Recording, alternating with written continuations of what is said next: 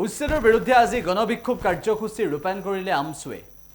প্ৰত্যবাদস্থলীত প্ৰতিবাদী কাৰ্যসূচীত কেইবাটাও পৰিস্থিতিৰ সৃষ্টি হ'ল। উত্তপ্ত পৰিস্থিতিৰ সৃষ্টি হ'ল। আমছুৱে হুংকাৰ প্ৰদান কৰিলে, তাৰ সমান্তৰালভাৱে আমছুৰ সদস্যক আমছুৰ নেতাক আটক কৰিলে। মুঠৰ ওপৰত এই পৰিস্থিতিৰ মাজতে আজি কেনেদৰে প্ৰতিবাদী কাৰ্যসূচী ৰূপায়ণ কৰিলে ধৰ্মীয় সংখ্যালঘু ছাত্ৰ সংগঠনটোৱে, সেয়া আমি আপোনালোকক দেখুৱাব বিচাৰিছোঁ।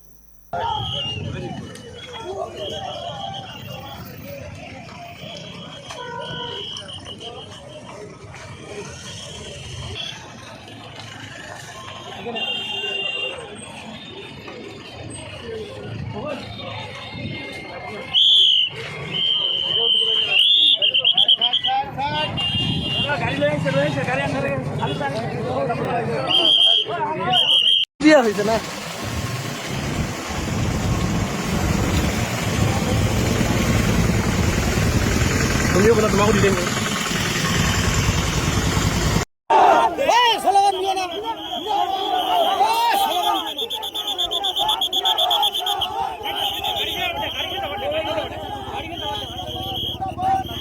সংখ্যালঘুসকলক টাৰ্গেট কৰি শদিয়াৰ পৰা ধুবুৰীলৈকে যি সংবিধানৰ বিৰুদ্ধে গৈ সুপ্ৰিম কোৰ্টৰ গাইডলাইন অৱমাননা কৰি কোনো মানুহক কোনো সংস্থাপনৰ ব্যৱস্থা নকৰাকৈ যি ধৰণৰ অমানৱীয় উচ্ছেদ কৰিছে, ইয়াৰ বিৰুদ্ধে আমি কৰি আহিছোঁ।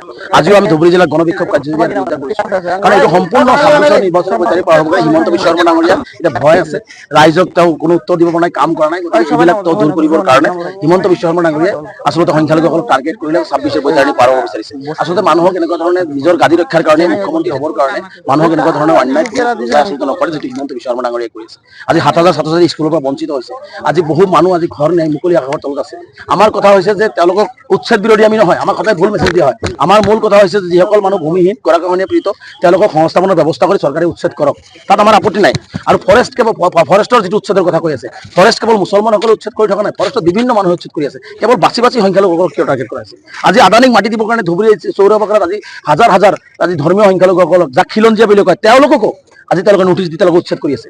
গতিকে এইটো কি নীতি? তাৰ মানে মুখ্যমন্ত্ৰী ডাঙৰীয়া এটাই নীতি হৈছে যে চব টাৰ্গেট হৈছে যে মুখ্যমন্ত্ৰী গাদী সুৰক্ষিত কৰিবৰ কাৰণে মুখ্যমন্ত্ৰীয়ে অসমীয়া জাতিক খানমান কৰি হ'লেও, বৃহত্তৰ অসমীয়া জাতি ভাঙন হৈ গ'লেও হিন্দু মুছলমান কৰি তেওঁ গাদী ৰক্ষা কৰিবৰ কাৰণে মুছলমানসকলক টাৰ্গেট কৰিছে। এইটো বন্ধ কৰিব লাগে। আমাৰ কথা হৈছে আমি ভূমিহীন মানুহে ভূমি পাব লাগে, গৰাখহনীয়া পীড়িত ভূমি পাব লাগে, বসুন্ধৰাত আমাৰ মানুহখিনি মাটি দিয়াৰ ব্যৱস্থা গ্ৰহণ কৰিব লাগে, আৰু যিসকলক উচ্ছেদ কৰিছে তেওঁলোকক সংস্থাপনৰ ব্যৱস্থা গ্ৰহণ কৰিব লাগে। আৰু যি ধুবুৰী জিলাত যি আৰু নতুনকৈ অধিগ্ৰহণ কৰিবৰ কাৰণে চেষ্টা চলাই আছে, এইবিলাক বন্ধ হ'ব লাগে। আজি ধুবুৰী জিলাত ইয়াৰ বৃহৎ প্ৰতিবাদ আপোনালোকে দেখিছে। আমি এই প্ৰতিবাদ আমি কলিয়াবৰ আৰু নগত আমি এই মাহতে কৰিম।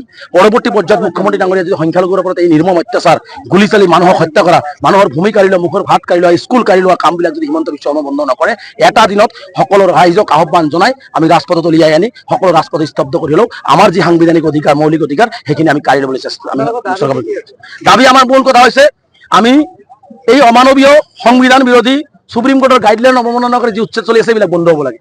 প্ৰতিটো ভূমিহীন মানুহৰ লগত আলোচনা কৰি ভূমি দি, চৰকাৰক যদি ভূমি লাগে ভূমি দিয়াৰ তাতে সেই উচ্ছেদবিলাক কৰক, তাত আমাৰ আপত্তি নাই। ফৰেষ্টত যদি উচ্ছেদ কৰিব লাগে, ফৰেষ্ট পুৰা খালী হ'ব লাগে, তাত বাছি মুছলমানসকল হ'ব নালাগে। আমাৰ সংখ্যালঘুসকলক যি ধৰণে টাৰ্গেট কৰি উচ্ছেদ কৰি আছে, যি ধৰণে স্কুলৰ পৰা ল'ৰা ছোৱালীক বঞ্চিত কৰি আছে, যি ধৰণে মানুহখিনিক আজি নাখাই মাৰি আছে, তিৰপলৰ তলত ৰাজপথত ৰাখি আছে, এইবিলাক বন্ধ কৰিব লাগে। আমাৰ কথা হৈছে সন্মানেৰে এওঁসকল ভাৰতীয় নাগৰিক, এইসকল ভাৰতৰ বাসিন্দা, অসমীয়া নাগৰিক, অসমৰ বাসিন্দা। গতিকে সন্মানে তেওঁলোকৰ যিখিনি সাংবিধানিক অধিকাৰ সেইখিনি মুখ্যমন্ত্ৰী হিচাপে দিব লাগিব, আৰু এইখিনি আমাৰ দাবী। আৰু সেইখিনি নিদিলে পৰৱৰ্তী পৰ্যায়ত মুখ্যমন্ত্ৰীয়ে ভয়াৱহ গণতান্ত্ৰিক আন্দোলনৰ মুখামুখি আমছু উৎকাৰ হ'বৰ কাৰণে সাজু থাকিবৰ কাৰণে মুখ্যমন্ত্ৰী চাওক, এতিয়ালৈকে আমি এনেকুৱা লোৱা নাই। আমাৰ জনসভাবিলাক আমি এতিয়া কৰি আছো, ৰাইজক আমি সজাগ কৰি আছো। আমি এটা দিনত অসমৰ প্ৰত্যেকখন জিলাত আমি ৰাজপথত ওলাই আহিম আমাৰ সাংবিধানিক অধিকাৰ ৰক্ষাৰ কাৰণে, সংবিধান ৰক্ষাৰ কাৰণে, গণতন্ত্ৰ ৰক্ষাৰ কাৰণে, আৰু সংখ্যালঘুসকলৰ ওপৰত যি নিৰ্মম অত্যাচাৰ এইবোৰ বন্ধ কৰাৰ দাবীত আমি এটা দিনত ওলাই আহি সকলো ৰাজপথ স্তব্ধ কৰি দিম। কিন্তু আৰু এটা কথা দেখা পোৱা গৈছে, মুখ্যমন্ত্ৰী দক্ষিণ চালমাৰা আৰু মানকাছাৰত এনেকে মানুহ যাব নোৱাৰে। তাৰ মানে মুখ্যমন্ত্ৰী ডাঙৰীয়া দক্ষিণ চালমাৰা যোৱা নাই নেকি? দক্ষিণ চালমাৰাত DCSP নাথাকে নেকি? দক্ষিণ চালমাৰাত হিন্দু ভাইসকল নাথাকে নেকি? মুখ্যমন্ত্ৰী হিচাপেবিলাক নাটক। মুখ্যমন্ত্ৰী ডাঙৰীয়াই যদিও অসমৰ ৰাজ্য দক্ষিণ চালমাৰ মানুহক নিৰাপত্তা দিব পৰা নাই, তাতে পুলিচ আছে, মিলিটাৰী আছে, BSF লগাই দিয়ক, আৰ্মি লগাই দিয়ক। মুখ্যমন্ত্ৰীয়ে এইবিলাক আচলতে নিজৰ মাজত সংঘাত সৃষ্টি হয়। এটা কথা মনত ৰাখিব, যোন জাতিয়ে যেতিয়াই অস্ত্ৰ লৈছে সেই জাতি কিন্তু আমি দেখিছোঁ ক্ষতিকাৰক হৈছে, আৰু কেতিয়াও অস্ত্ৰৰে সমস্যাৰ সমাধান নহয়। মুখ্যমন্ত্ৰী ডাঙৰীয়া ভাবিছে নেকি দক্ষিণ চামৰাত ডকাইত থাকে না সন্ত্ৰাসবাদী থাকে? তাত মানুহ থাকে। আজি দক্ষিণ চামৰাত হিন্দু মুছলমানৰ মছজিদ মন্দিৰ একেলগে আছে। আজিও হিন্দু মুছলমান একেলগে বসবাস কৰিছে। ধুবুৰীত হিন্দু মুছলমান বসবাস কৰি থকা নাই। আমিতো কেতিয়াও কাজিয়া দেখা নাই। কাঞ্চিত কেতিয়াবা কাৰোবাৰ লগত ব্যক্তিগত কাজিয়া হ'ব পাৰে, এইটো প্ৰশাসনে চম্ভালি লৈছে। গতিকে মুখ্যমন্ত্ৰী ডাঙৰীয়া এইবিলাক এটা নাটক ৰচনা কৰি মানে অসমীয়া ৰাইজক তেওঁ বহুত অসমীয়াটো দেখাব বিচাৰিছে।